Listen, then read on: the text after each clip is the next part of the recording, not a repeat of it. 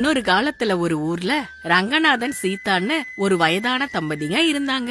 அவங்களுக்கு சாந்தி சூரின்னு 2 பசங்க இருக்காங்க. ரங்கநாதன் விவசாய தொழில் செஞ்சிட்டு வந்தாரு. எங்கடி உன் பையன் சூரி? ஆளை கண்ணிலேயே பார்க்க முடியல. இன்னைக்கு அவன் வீட்டுக்கு வரலையா?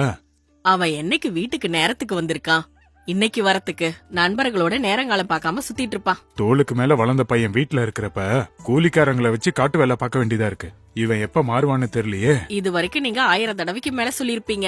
அவங்கிட்ட ஏதாவது ஒரு மாற்றம் இருக்கா? என்னமோமா, நான் இருக்கிறதுனால இவனுக்கு ஒண்ணுமே தெரியல. நான் இல்லாம போனா இவன் என்ன பண்ணுவானோ? காசு பணம் ஏதாவது வாங்கிட்டு போனானா? பணம் இல்லனா இவனோட நண்பர்கள் இவனை கிட்ட கூட சேர்த்திக்க மாட்டாங்க. காலையில போறதுக்கு முன்னாடி 20 ரூபாய் வாங்கிட்டு போனான். பட்டணத்துல ஏதாவது சினிமாவுக்கு போயிருப்பான். அவன் வந்துடுவான். நீங்க முதல்ல சாப்பிடுங்க. இது இப்படி இருக்கும்போது அர்த்தராத்திரி நேரத்துல சூரி வீட்டுக்கு வராரு. சரிடா வேணும், நீ கிளம்பு, நாம நாளைக்கு பாக்கலாம். நாளைக்கு பெரிய ஆட்டம் ஆட போறாங்களாம். பட்டணத்துல காசு நிறைய இருக்கிறவனுக்கு தான் ஆடுவாங்க. சீக்கிரம் போகணும். குறைஞ்சது 100 ரூபா இருந்தாதான் ஆட்டத்துக்குள்ளாரையே சேர்த்துக்குவாங்களாம். 100 ரூபாவா? 100 ரூபாய்க்கு எங்கடா போறது? எங்க அப்பா கிட்ட கேட்டனா வாய்க்கு வந்தபடி திட்டுவாரு. அதெல்லாம் வேணாம், நம்ம ஊர்லயே ஆடலாம். 20 ரூபா எடுத்துட்டு வரேன். எத்தனை நாள் தாண்டா இப்படி சின்ன சின்ன ஆட்டமே ஆடிட்டு இருக்கிறது? ஒரு நாள் பெரிய ஆட்டத்துல ஜெயிச்சோன்னா ஒரே நாள்ல 500 ரூபா சம்பாரிச்சிடலாம்டா. 500 ரூபாவா? ஆனா தோத்து போயிட்டா கொண்டு போன 100 ரூபாவும் போயிடுமேடா. உன் இஷ்டம். 500 ரூபா சம்பாதிக்கிறதுக்கு வழி சொல்லிட்டேன். உனக்கு சம்பாதிக்கணும்னு ஆசை இருந்தா வா. நாளைக்கு நம்ம பட்டணத்துக்கு வரோன்னு இப்பயே அவங்கள்ட்ட சொல்லி வச்சுட்டேன். சரி சரி, நான் எப்படியாவது போய் 100 ரூபா புரட்டிட்டு வரேன். நீ கிளம்பு. நாளைக்கு காலையில அந்த சின்ன கோயில் கிட்ட வந்துரு. 2 பேரும் ஒன்னா போயிடலாம். இப்படி சூரி சூதாட்டத்துக்கு அடிமையாகி கஷ்டப்படாம எப்படி பணத்தை சம்பாதிக்கலாங்கிற யோசனையிலேயே இருப்பாரு. இதுக்காக அவரு வீட்ல நிறைய தடவை தான் அப்பா வச்சிருக்கிற பணத்தை தெரியாம எடுத்துட்டு போய் சூதாட்டம் ஆடிக்கிட்டு இருப்பாரு. எல்லாம் நல்லா தூங்குறாங்க. நான் வந்தது யாருக்கும் தெரியாது. இந்த கிழமை பணத்தை எங்க வச்சிருக்கான்? ஒரு இடத்துல தினமும் வைக்க மாட்டான். ஏதோ இங்க வச்சிருக்காரு. ஆஹா, 100 ரூபா தேனோ 200 ரூபா கிடைச்சிருக்கு. இத நேரா எடுத்துக்கிட்டு கோயிலுக்கு போய் அங்கேயே படுத்து தூங்கிட்டு காலையில வீட்டுக்கு வரலாம். அப்பதான் நான் இப்ப வந்ததே அவங்களுக்கு தெரியாது. இப்படி சூரி வீட்டுக்குள்ள வந்து பணத்தை எடுத்துட்டு போன விஷயம் இவங்களுக்கு தெரியாது. அடுத்த நாள் காலையில நான் பட்டணத்துக்கு போய் உரமும் மருந்து வாங்கிட்டு வரேன். அந்த மரப்பெட்டிக்கு மேல 200 ரூபா வச்சிருக்கேன். போய் எடுத்துட்டு வா சீதா. இருங்க, போய் எடுத்துட்டு வரேன். என்னது, மரப்பெட்டிக்கு மேல எதுவும் பணம் இல்லையே?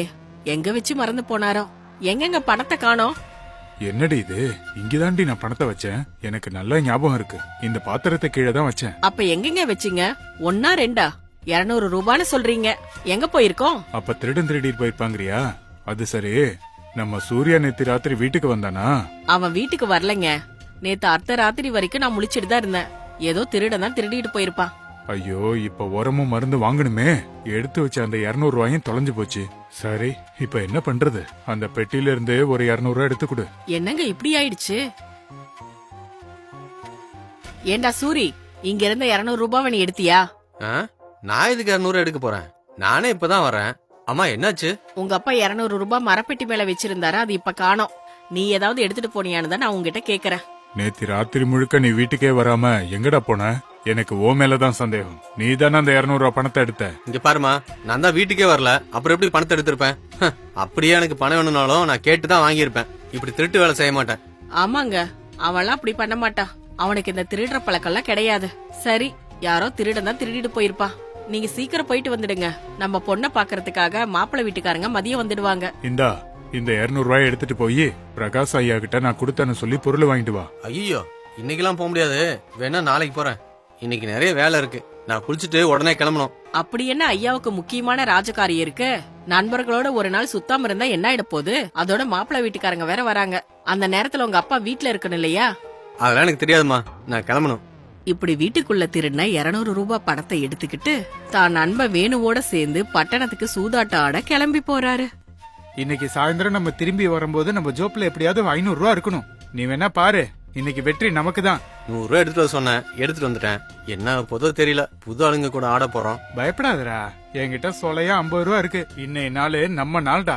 ஜாக்கிரதையா ஆடணும்னு வையே, கண்டிப்பா நாம தான் ஜெயிப்போம். எப்பவுமே நாம அப்படிதான் நினைப்போம். எங்க அப்பா மருந்து வாங்குறதுக்காக அந்த காசை வச்சிருந்தாரு.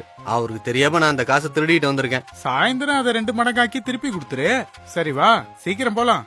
இப்பவே ரொம்ப நேரம் ஆயிடுச்சு. 2 பேரும் பட்டணத்துக்கு போய் சூதாட்ட விடுதியில சூதாட்டம் ஆடுறாங்க. சூரி தான் வச்சிருந்த 100 ரூபாய சூதாட்டத்துல தோத்துடுறாரு. நீ வச்சிருந்த 100 ரூபா போனா போட்டும்டா. என்கிட்டதான் 50 ரூபா இருக்குல்ல, இத வச்சு கண்டிப்பா நம்ம ஜெயிச்சிடலாம். நீ வேணா பாரு. அவங்க நல்லா விளையாடுறாங்கடா. இவங்க கூட ஆடுறதெல்லாம் கஷ்டம்தான். நான் தான் இருக்கேன்ல. இருடா, இந்த 50 ரூபாய வச்சு ஆட்டத்தை ஆரம்பிக்கிறேன். வேணு தான் வச்சிருந்த 50 ரூபாவை சூதாட்டத்துல தோத்து இழக்கிறாரு. இன்னைக்கு நமக்கு நாளே சரியில்லைன்னு நினைக்கிறேன்டா. மொத்த பணத்தையும் இழந்துட்டோம்டா. நூல் இழையில போயிடுச்சு. ச்சே, இல்லன்னா நான் தான் ஜெயிச்சிருப்பேன். சரி, என்கிட்ட இன்னொரு 100 ரூபா இருக்கு. இதை வச்சுக்கிட்டு கொஞ்சம் ஜாக்கிரதையா ஆடலாம். என்ன, இன்னொரு 100 ரூபா வச்சிருக்கியா? சரி வா, இத வச்சு கண்டிப்பா நம்ம 500 ரூபா சம்பாதிக்கிறோம். விட்டது எல்லாத்தையும் திரும்ப பிடிச்சிடலாம். இந்த முறை கண்டிப்பா ஜெயிச்சாகணும். இல்லன்னா நம்ம கிட்ட ஒரு நயா பைசா இருக்காது. பயப்படாதடா, எத்தனை தடவை தோத்துருக்கோம், ஒரு தடவை ஜெயிக்க மாட்டோமா? வா ஆடலாம். மிச்சம் இருந்த பணத்தை வச்சு சூதாடின 2 பேரும் தான் கையில இருந்த மொத்த பணத்தையும் இழந்துட்டு ஏமாற்றத்தோட நிக்கிறாங்க. முதல்ல போன 100 ரூபாயோட நம்ம நிறுத்திருந்தோம்னா நமக்கு ஒரு 100 ரூபா மிச்சமா இருக்கும். இப்ப பாரு, 1 ரூபா கூட இல்லாம எல்லாத்தையும் இழந்துட்டோம். ஊர்லயே ஆடி இருந்தா நல்லா இருந்திருக்கும். பட்டணம் வரைக்கும் கூட்டிட்டு வந்துட்ட. நான் மட்டும் என்ன தோத்து போயிருவோம்னு நினைச்சேனா என்ன? என்னோட 50 ரூபாயும் தான் ஆட்டத்துல போயிருச்சு. மொத்தமா நாம இன்னைக்கு 250 ரூபாய் இழந்துட்டோம். இனி பட்டணம் பக்கமே வரமாட்டோம்டா. நானும் அப்படிதான்டா நினைக்கிறேன். இனி இந்த பக்கமே வரக்கூடாதுடா. இப்படி மொத்த பணத்தையும் சூதாட்டத்துல இழந்துட்டு சாயந்தரம் வீட்டுக்கு வந்து சேர்றாரு சூரி. எங்கடா போயிருந்த? உன் தங்கச்சி பார்க்க மாப்பிள்ளை வீட்டுக்காரங்க வந்திருந்தாங்க. சம்பந்தம் உறுதி ஆயிடுச்சு. கல்யாணத்துக்கு இன்னும் 1 வாரம் தான் இருக்கு. இந்த வாரம் முழுக்க நீ வீட்லயே இருந்து கல்யாண வேலையில நீ தான் பாத்துக்கணும். சரிம்மா, நான் வீட்ல இருந்து எல்லா வேலையும் பாக்குறேன். பொண்ணுக்கு எவ்வளவு போட சொல்லி கேட்டாங்க? குடுக்கறதுக்கு நம்ம கிட்ட எங்கடா பணம் இருக்கு? இருக்கிற 2 ஏக்கர் நிலத்துல உன் தங்கச்சிக்கு 1 ஏக்கர் நிலம் தரோம். கல்யாண செலவை நம்மளையே ஏத்துக்க சொல்லி கல்யாணத்தை சிறப்பா செய்ய சொல்லிட்டாங்க. சரிம்மா, நல்ல சம்பந்தம் கிடைச்சதுல அது போதும். இப்படி ஒரு நல்ல முகூர்த்த நாள்ல தங்கச்சியோட திருமணம் நடக்குது. இப்படியே கொஞ்சம் வருஷம் ஆனதுக்கு அப்புறம் அப்பாவோட உடல்நிலை மோசமாகுது. இத பாரு சூரி, என் உடம்பு வர வர ரொம்ப மோசமாயிருச்சுடா. நான் ரொம்ப நாள் வாழ்றது கஷ்டம். இதுக்கப்புறமும் நீ நம்ம விவசாய வேலைகளை பாக்கலன்னா குடும்பத்தை நடத்துறதே கஷ்டமாயிடும்டா. நான் தான் இந்த காட்டு வேலையில எல்லாம் விருப்பம் இல்லைன்னு சொல்லிட்டே இருக்கேன்லப்பா. நான் பட்டணத்துக்கு போய் ஏதாவது நல்ல வேலையா பாத்துக்கிறேன். பட்டணத்துல நீ வேலை பார்க்கணும்னா அதுக்கு நல்லா படிச்சிருக்கணுமேடா. நீ சுத்தமா படிக்கவே இல்ல. உனக்கு யாரு வேலை கொடுப்பா? என் பேச்ச கேளு. நீ விவசாயம் செஞ்சின்னா உன் சொந்த கால்ல நீ நிக்கலாம். சரி, பாக்குறேன்ப்பா. இப்பதான் விவசாய வேலை எதுவும் இல்லையே. மழை காலம் வந்ததுக்கு அப்புறம் செய்யறேன். என்னடா பண்ண போற? இது நாள் வரைக்கும் நான் எல்லாத்தையும் சமாளிச்சுக்கிட்டு இருந்தேன். நாளையில இருந்து உன் வாழ்க்கையை நீ தாண்டா பாத்துக்கணும். இப்படியே சோம்பேறியா சுத்திக்கிட்டு இருந்தேன்னா அப்புறம் ரொம்ப கஷ்டப்படுவ. கொஞ்ச நாள்லயே அப்பா ரங்கநாதன் இறந்து போயிடுறாரு. தாங்கிட்ட இருந்த கொஞ்சம் விவசாய நிலத்தையும் வித்துட்டு வந்த பணத்துல சூதாட்ட ஆடி மொத்த பணத்தையும் இழக்கிறாரு. இருந்த மொத்த காசையும் இப்படி இழந்துட்டியேடா. முதல்ல இருந்தே நான் சொல்லிக்கிட்டு இருக்கேன், கெட்டவங்களோட சாவகாசம் வச்சுக்காதன்னு. என்னைக்கு உனக்கு பிடிச்சதோ இந்த சூதாட்ட பேயி. கையில நயா பைசா இல்லாம பண்ணிட்ட. இப்ப என்னதான் பண்ணலான்னு இருக்கடா? என்ன பண்ணலாம் தான் யோசிச்சுக்கிட்டு இருக்கேன். நிலத்தை வைக்காம இருந்தா விவசாயம் பண்ணியாவது பொழைச்சிருப்பேன். ஆனா இப்ப நிலத்தை வாங்குற அளவுக்கு என்கிட்ட பணம் இல்லையே. இத பாருடா, நல்லா கேட்டுக்க. என்கிட்ட கொஞ்சம் நகைகள் இருக்கு. அத வித்து 1 ஏக்கர் நிலத்தை வாங்கு. கஷ்டப்பட்டு விவசாயம் செஞ்சனா எல்லாம் உனக்கு திரும்ப கிடைச்சிடும். நல்லா கஷ்டப்பட கத்துக்கிட்டனா அதிர்ஷ்டமும் செல்வமும் தானா தேடி வரும். சரிம்மா, நான் நாளைக்கே பட்டணத்துக்கு போய் நகையை வித்துட்டு வந்துடுறேன். இப்படி அடுத்த நாள் காலையில அம்மா கொடுத்த நகைகளை எடுத்துக்கிட்டு பட்டணத்தை நோக்கி போறாரு. போற வழியில இந்த நகையை வித்தா நிறைய பணம் கிடைக்கும். இதுல பாதி பணத்தை எடுத்து பட்டணத்துல சூதாடி பார்த்தனா இந்த தடவை நான் கண்டிப்பா நல்லா ஆடி ஜெயிச்சு இந்த பணத்தை 2 மடங்கு ஆக்கிடுவேன். ரொம்ப தூரம் நடந்து வந்தாச்சு, களைப்பா இருக்கு.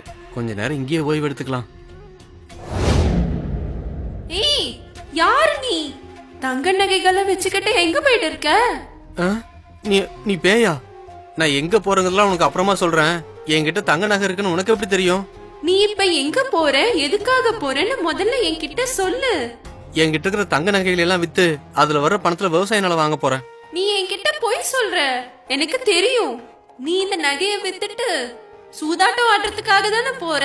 நீ பணத்தை எடுத்துட்டு போய் சூதாட்டம் ஆடி அந்த பணத்தையும் நீ மொத்தமா இழந்துட்ட.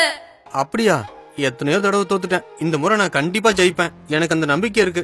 நீ கஷ்டப்படாமையே பணம் சம்பாதிக்கலாம்னு நினைச்சிட்டு இருக்க. அதுக்காக தான் நீ சூதாட்டம் ஆடிக்கிட்டு இருக்க. சூதாட்டம் ஆடுறவங்க கையில காசு நிக்காது. சரி, நீ கஷ்டப்படாமயே பணம் சம்பாதிக்க ஒரு வழி இருக்கு. அது உனக்கு சொல்லவா?